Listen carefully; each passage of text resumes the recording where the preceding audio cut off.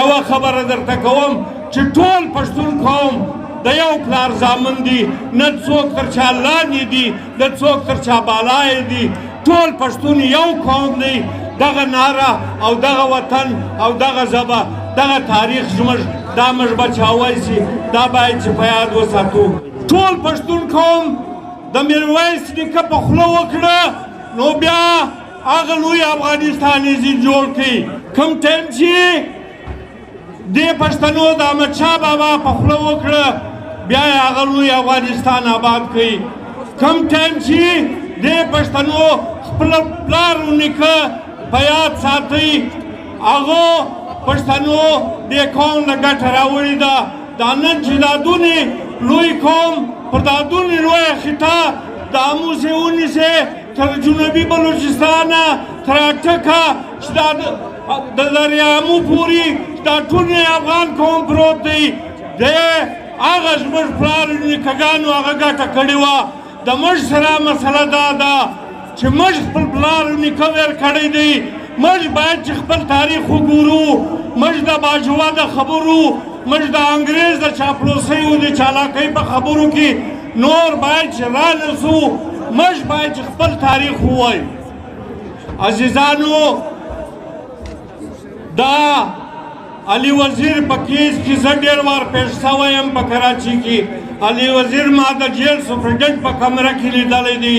هغه دومره غټ زړه لري، هغه زړه په دې لري چې زه د دونې غټ کام، د دونې غټ جغرافیا، د دونې غټې پښتو ژبې مالک یم. هغه ستۍ په زړه باندې تکړه دی. هغه تر ننه پورې هغه یو منټ هم دا فکر نه دی ورسره سوی چې زه دې پښتنو ویر کړی یم.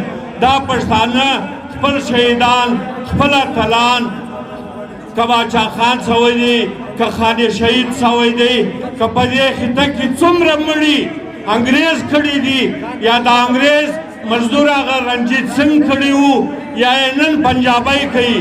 عزیزانو، د موږ سره مسله داسې ده چې موږ توپک، جاز، ټینک ټول د پنجابي په لاس ورکوي.